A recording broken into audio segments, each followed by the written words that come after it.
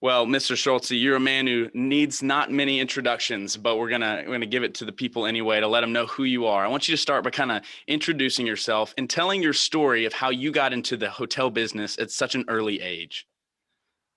Well, yeah, it's a story I tell also in my book. I tell kind of because it's the time when my formation happens as to who I am today. Because all of us, we are there's a formation time in your life, and if you're lucky, you run into the right people during that time, etc. But to tell my story, I actually grew up in a small village in Germany, right after the war years, mind you. And I want to emphasize there was no hotel and no restaurant in the village. I never had been in a hotel, but for some reason, I went to my parents when I was 11 and I said, I would like to work in a hotel business. Now, they said, okay. I mean, that didn't mean anything with 11 years old. But let me make it clear, at that time in Germany, you had honor if you went into a functional job. If you would be a butcher, you're honorable, or a roofer or a carpenter. But of course, very special would have been engineer. That you are somebody, but hotel business, that was menial, that was nothing. And besides that, I didn't know hotel, but I kept on insisting on it. Pretty soon my parents realized that I was very serious, it was very deep in me. My grandfather was embarrassed about it. But I kept on talking about it, and then finally my parents looked into how can I start a career in the hotel business. They found a busboy job. By that time I was 14, 100 kilometers away from my village. At that time that was far, and took me there, and I started working. But in the meantime, why that hotel? Because it was the very best in the region. And they were advised to make sure I start in a very good hotel. The first day I came there, but before I came there, my parents said, "Now, that's a hotel where we could never go. This is only for very fine ladies and gentlemen.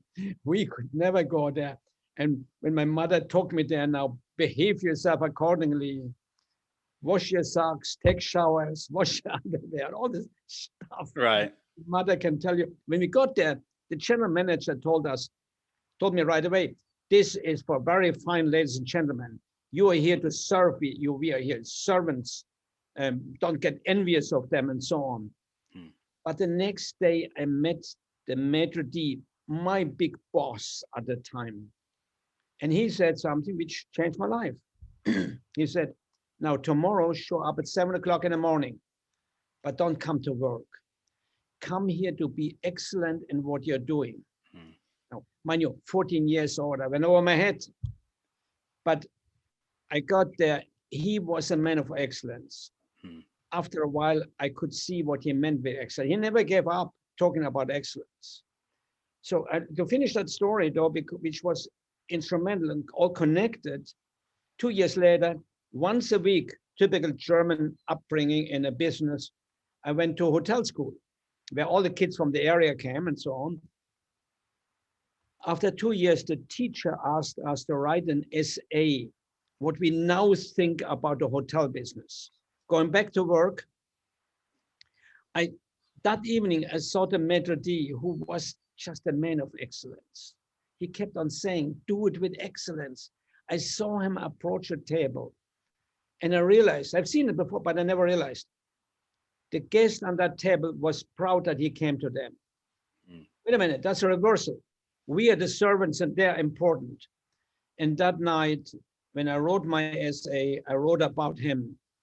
And I called that essay, "We are ladies and gentlemen, serving ladies and gentlemen."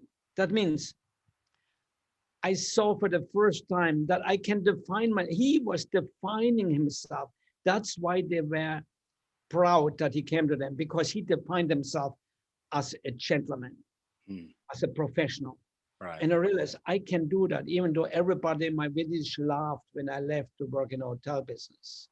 I am the one who is in charge of defining myself. Huge changes in one's life when they recognize that. I was 16. and I wrote about it, and it lived with me ever after. It kind of directed me through my life. Yeah, and obviously we know the end of the story where you ended up leaving that job. And kind of tell that. How did you get to Ritz Carlton? How did you get to Capella? What's the end of the story? Well, from there, I worked in the finest hotels in Europe. Truly, came to the US. I worked in the Switzerland, Hold America Line, in France, in Paris, Place Athénée, in London, Savoy, and so on. And then I came for a year or two to America. Worked in the Hilton in San Francisco, key moment also in my life as a room service waiter. And I thought I'm going to go back in 2 years and finish my career in Europe. But before I go back, I want to have a promotion to room service supervisor. I knew I would get that job because I was by far the best waiter there. I knew what the art, I knew what food is, I know what beverage is. The other guys just knew how to deliver food. And so I knew I would get the next promotion. And besides that, the manager of room service was German. So I knew I had an in there. There you go. There you go.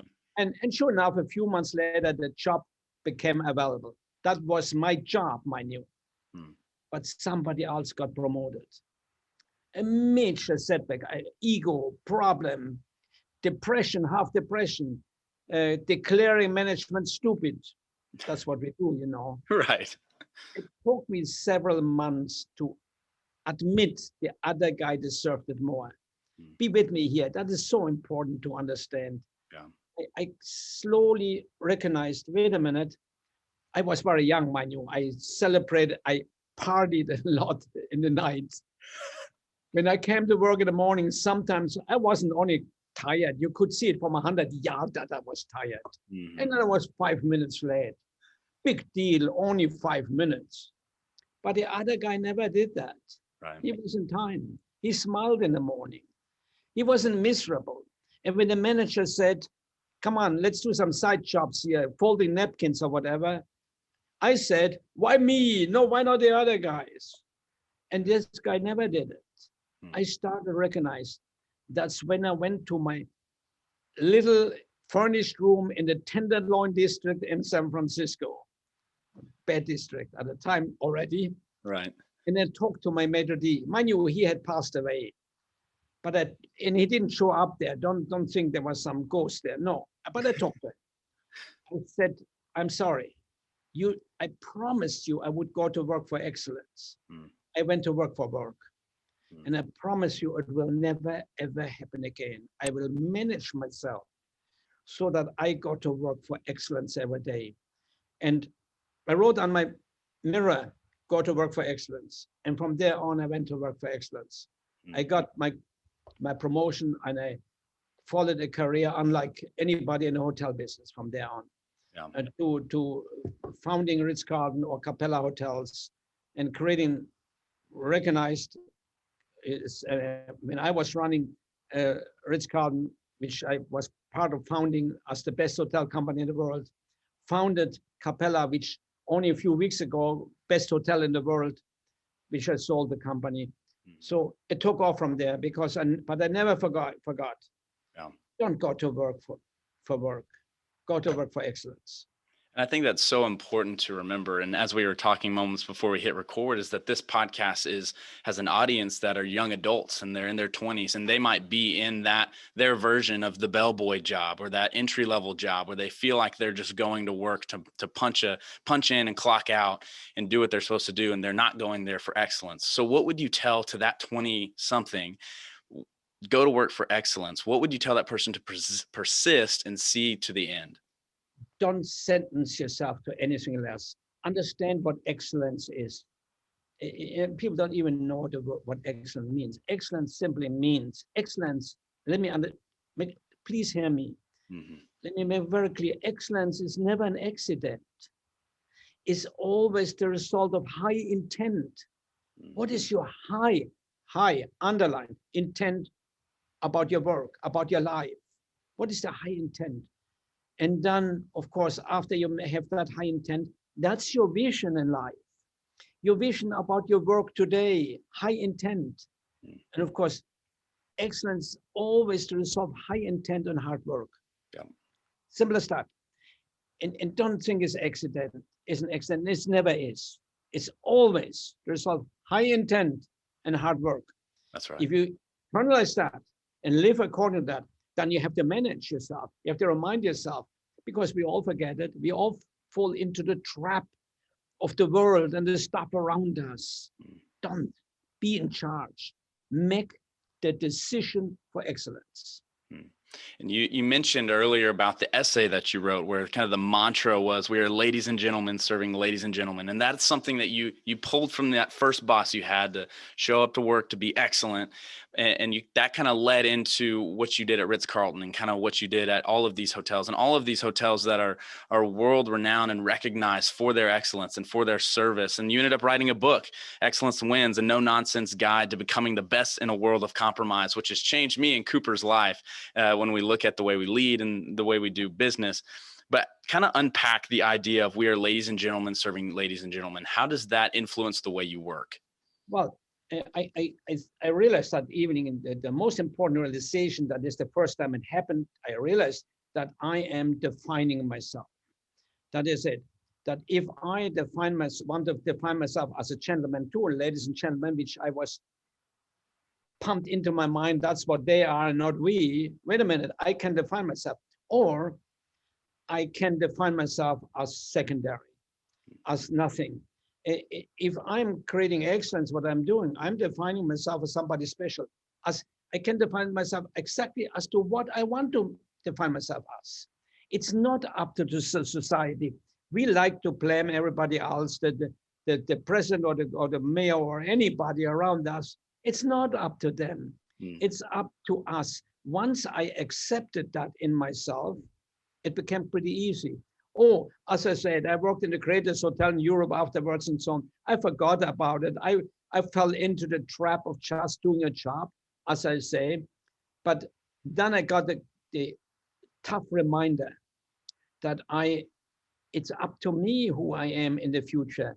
And when I didn't get that job, that was a tough reminder that I left it up to somebody else. I didn't take over. I didn't define myself. It was a tough reminder. And then I had to manage.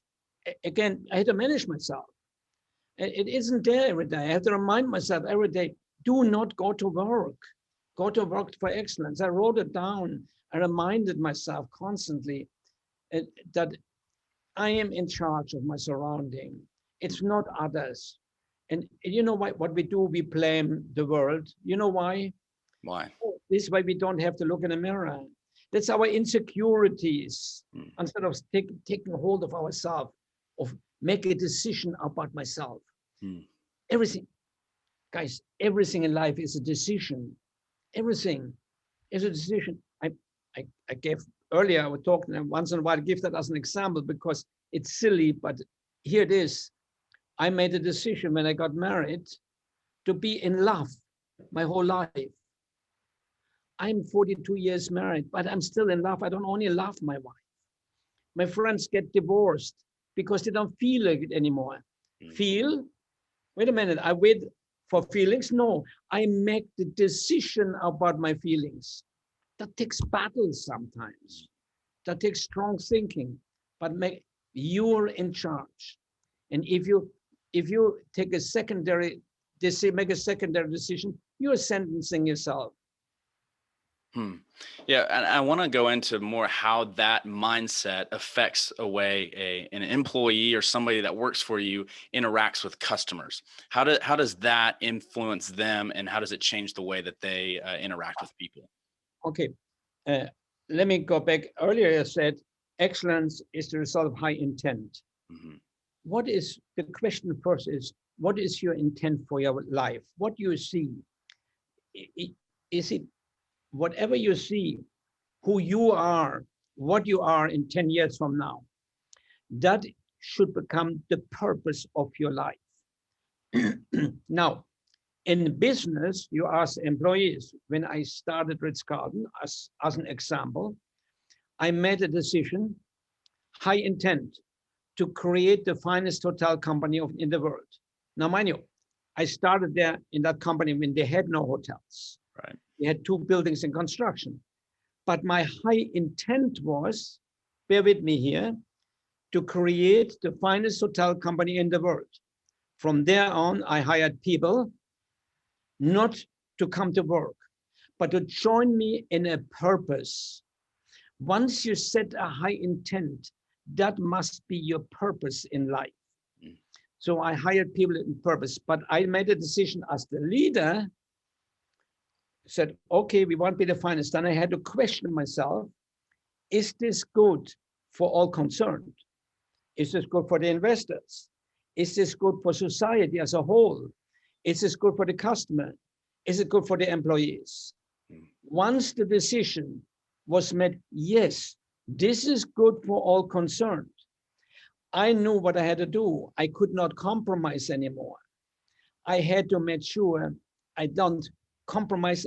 I will lead everybody to that point because it was important and good for all concerned. But I explained everybody as I selected them, hiring, as they start the first day of work, I explained, here is, don't come to work, come to accomplish this mission of being the very best. That doesn't mean you don't have to work. In fact, that means you may have to work harder. Right. We are working not anymore for work itself. We work for a purpose. And the purpose that we have, here is how it's good for you. I explained that if we're the best in the world, you are defined as somebody special. You will have more opportunity, etc., etc., etc. So I connected everybody to the objective of the company, the motive of the company, and their own motives. Yeah, and I think in the business world, the words mission statement and vision statement get kind of thrown around a lot. And you talk a lot about high intent, and I love the way you put it, is that I didn't come to this company just to build another hotel. We came here to build world-class, the best hotels. So what is the difference between mission and vision statements? And then how do you implement those into your company? Fascinating that you asked that, because I'm absolutely amazed as I consult now. By the way, I'm involved with a little consultant company. We consult with companies and look at many, many companies. And we find nearly every company, their vision statement is really not a vision statement, it's a mission statement. Vision statement is the vision that you have. It's a destination far away, something that you don't say, I can do, but I wish to accomplish. I wish to be there. I wish to accomplish this for myself or for my company, depending where you create a vision for. That's a vision. A mission is what you do today to get there. For instance, we see vision statement, we deliver the finest healthcare to our employee, our customers, our patients. Well, that's what you do. That's a mission. Where will it take you? And wherever it takes you should be a desirable, beautiful place in the future. Good for everybody connected. Very important. Right. So now you have a vision that is purpose in life. Now, how important is that? Look, let's understand.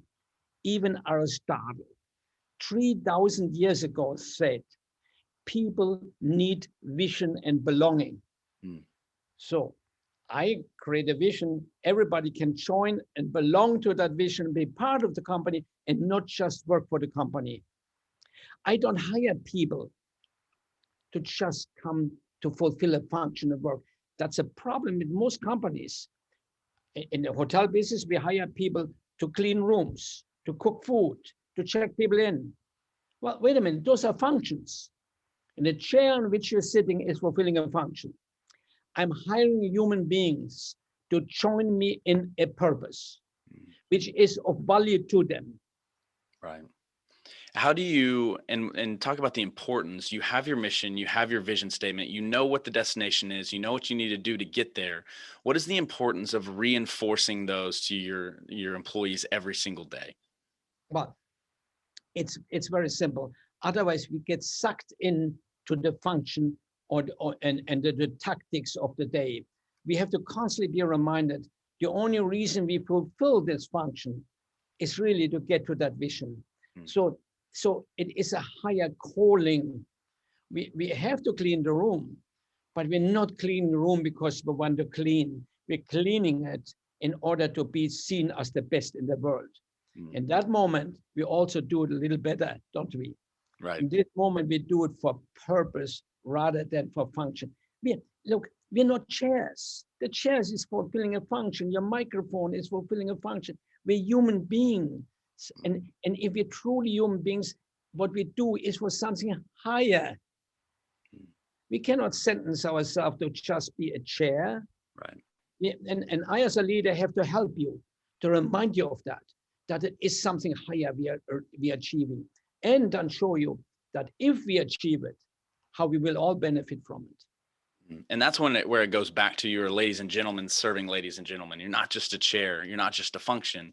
And one of my favorite parts, and I think Cooper would agree as well, of the book is the meetings that you would have. And you have, I'm trying to remember how many points that you would go through one each day to reinforce. Can you kind of explain and break those meetings down and how they worked?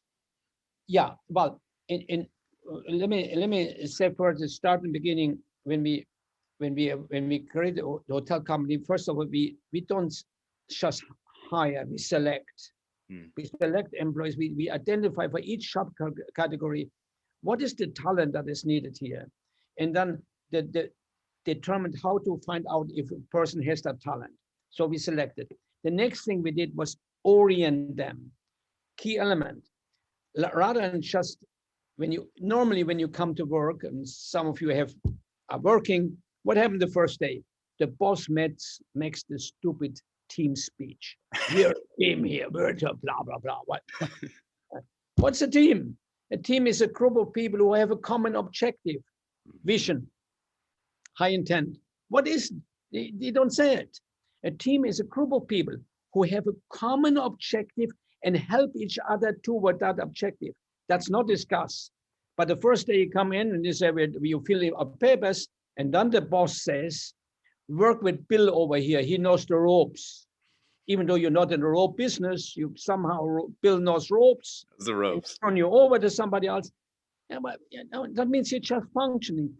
I want to let you know, here's who we are. That's what we do the first day. The second day, we teach every employee the 20 things that we know. If we do those 20 things superior to the competition, we will be the best in the world. That's it. So we identify those 20 things based on what is needed in a hotel, based on what the customers say. So we teach it the second day.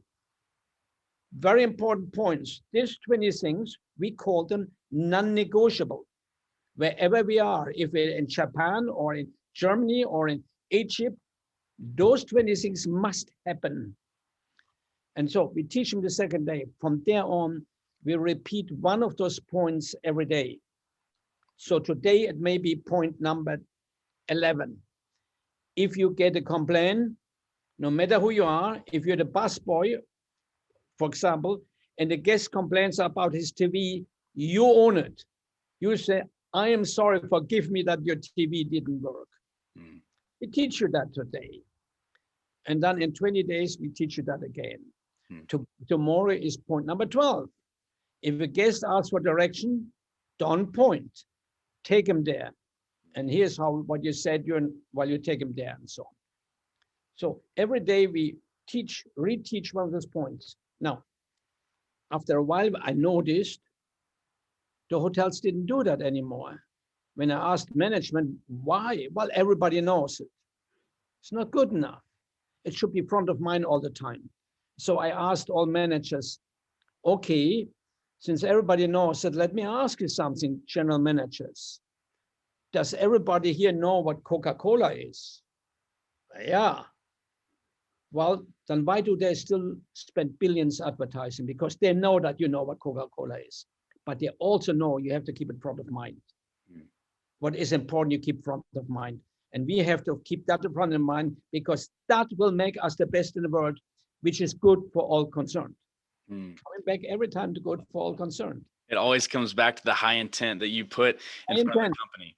And you mentioned in the book, one of the quotes you said is a one-time orientation speech is not enough. It has to be continually reinforced and reestablished of saying this is our high intent.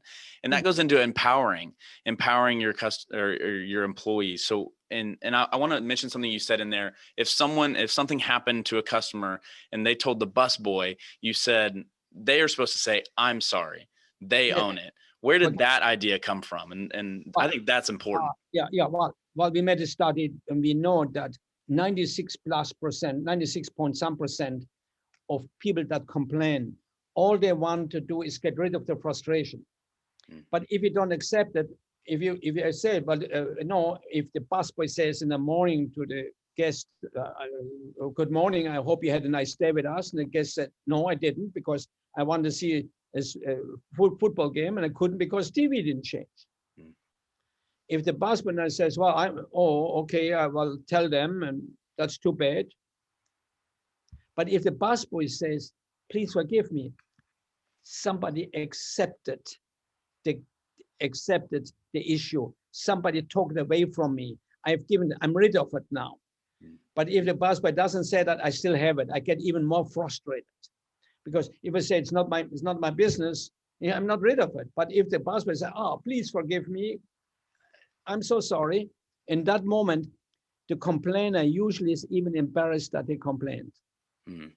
And there's also something you give each employee $2,000 of kind of leeway to kind of bless or kind of reconcile if a customer had an issue. How does that work? Well, yeah, when I started that was like a nuclear bomb went off in the company. Everybody said, are you crazy? Everybody can give away $2,000. That was not the intent. Mm-hmm. You see, we have to understand there are three types of customers. There is a dissatisfied customer. A dissatisfied customer becomes a terrorist against your company and against you. They go away and talk bad about you on social media or whatever. It's a dangerous thing. And then there is the satisfied customer who's not yours. They're satisfied, but they go next door if they think there's a better deal. And then there is the loyal customer. Why are they loyal to you? Because they trust you. That's why they trust you. Now, if I have a complaint, how do I move this potential terrorist to become an ambassador, a loyal customer? By saying, forgive me and taking care of them. Then they become, I'm moving them to loyalty right there because they're amazed what we're doing. If so, we empower the employee that not only saying, I'm sorry, but the busboy can now say, I feel so bad about your TV. Allow me to buy your breakfast. Dang, that customer will be amazed. Can you imagine you do that? You're amazed. In that moment, you say, wow, what a company. And they become loyal. So that was the intent. I wanted a loyal customer. And I said, you can make it. I trust you, my employees. You're not just working here. You're part of this company. I trust you up to $2,000 to keep a customer. I want to make a statement to the employees that I trust. Period. Now, of course, we taught them how to do this. We certified each employee with problem resolution. And I want to, at the same time, keep the customer, make a potential terrorist, make him a loyal customer. That's so important, making loyalty, and it all starts with how you empower and how you reinforce the high intent and the high idea, the vision that you have for your company. And I think you've done that so well because there are many loyal Ritz Carlton people out there. And I just a quick story for you. I will say at the Ritz Carlton here in Dallas, we found out that they have a guacamole hour every day at 6 p.m.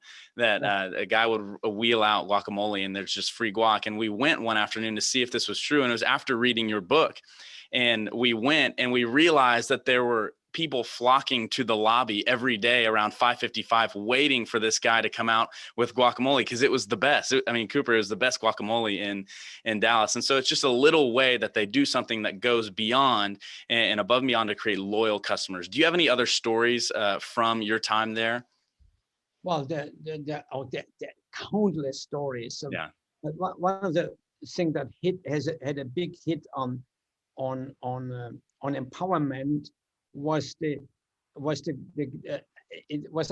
just a beautiful story. the honeymoon couple that went to Cancun, and the first day was there, the groom, the honeymoon, the guy lost his ring on the beach. Now, the whole beach was digging for it. The more you dig, and the more you lose it. And of course, there was crying and major upset. You can imagine it. Of course. And when the beach closed in the evening, the 4 beach attendants, they didn't have to ask. They went and bought 4 metal detectors and found the ring. Now, the joy and tears again the next morning when we gave him the ring, and the PR that brought, because the groom, he wrote on every newspaper and the story was everywhere. Well, that was empowerment in a beautiful way, saving something. What would have happened normally? Let's be honest. That's how it is. If they would have gone to the manager, they would have been afraid to ask the manager for money. But if they would have asked, the manager would have said, well, won't find it anyway, but okay, buy one. And they wouldn't have found it. But they were empowered. They were told, move heaven and earth to make sure the customer feels good. So they went and bought 4 and they found it. So they spent $600. So what? It gave us $1 million worth of advertising. Yeah, I mean, it's just beautiful stories after that. And you mentioned someone going to a manager and asking for a question or asking for permission to do that. What would you say is the difference between a manager and a leader, a true leader? Okay, good question. If you say, look at the company here, if you imagine on your left side over here, a lot of people, those are your customers, your guests, whatever you call them, and your potential customers. Over here on the right side, imagine a lot of people, those are your employees. Now, if you have a good company, you understand what your potential customer, that means your market, expects from your product. Okay. Now, if your manager makes sure that the employees know what they expect, and then the manager makes sure that their processes and systems, measurements, controls, so make sure that it's delivered and created. Leadership creates an environment in which the employees want to do this. They want to do this. They feel part and want to do this. And I assure you, if you're a leader and I ask you, what do you think which employee will do a better job? The one that has to or the one that wants to? The answer is very simple. So that means we should lead to that point. And that is the role of a manager, to create alignment. Understand? That's called alignment. And every company today talks about alignment and they don't even know what that means. Alignment is that at least the employee understands, most companies don't understand what's the expectation of the customer from you. We have to understand that in order to deliver it. And then we have great processes and systems, so it is delivered. And then we measure that it's delivered all the time. But my goodness, what if they do it with caring? You see, here's the thing. I have to finish this picture. What are loyal customers? How is loyalty created? Remember the 3 customers. How is loyalty created? By the product? No. By the relationship. By the relationship. No, that means the employee wants to take care of the customer. That creates better relationship. That means more loyal customers. Relationship is so important, how I serve you. Here's how important it is, particularly you millennials. Fascinating to me. The studies show, you better understand that anybody who goes in business better know that. Studies show that the market as a whole is willing to pay more for the same product if they get good relationship, good service, good attention. They're willing to pay more. Millennials, 80% of them are willing to pay more if they get good relationship for the same product. They're willing to pay more. My goodness, pretty soon the only customers we have are millennials. Right. You better understand that. Yeah. If I know that, then I better adjust my organization so I give good relationship. Yeah, it's amazing. And there's so many stories like that. And it all comes back to loyalty and building that high intent of we're going to be the best and we want to make our hotels the best, not just another hotel. We're not just coming to work. We're coming to create excellence. And you Yeah. have to instill that as a leader. And so again, excellence, I think I touched that. Excellence is never an accident. And let me emphasize that. It's always the result of high intent and hard work. Now, but let's understand also, what's excellence in a thing? Excellent, like this thing over here, this thing or anything. Excellence in a thing, if it functions well for which it was created. Anything, a cup, if it functions well for which it's created, it is excellent. What about a human being? A human being picture of excellence is if you do your very best in your functioning, in your work, whatever it is you do, your very best, not perfect, your very best, but at the same time as a human being, do your very best in relationship. Here comes relationship again. And of course, do your very best morally. If you put those things together, that is a human being of excellence. But it's the relationship that does so much in loyalties to customers. It's the relationship. It's not the product that creates loyalty. Of course, the product has to be right. Don't be silly. But it's the service and the relationship that creates loyalty, and the willingness to pay more for the same product. Why wouldn't I apply that in my business? Yeah, you'd have to be crazy not to. And I just love the quote. I think this is going to be just the quote of this episode. Excellence is never an accident. It is always the result of high intent and hard work. Hard work and high intent is going to get you excellence, and it's never an accident. That's right. I mean, I love that. And Horst, I know you have to go soon, but I want to ask you one more question before we go. Is the one we ask all of our leaders. We love it. It's where we get really just the golden nuggets. It's, what advice would you give to your 20-year-old self? If you look back on your career and everything that's happened, what advice would you give to yourself at 20 years old? Well, it's nothing else than I told my children, I told people I work with. It's all the same, and it is kind of, we have kind of addressed it here. It's do not work without, do not live without purpose. Goodness, you just cannot run around. Who do you really want to be as a human being at your work and so on? Look down the road and see yourself 10 years from now. What do you want to see? And then let me build that as a model. That's your vision, what you see there. It's not something that you say, I can do. It's something that you wish.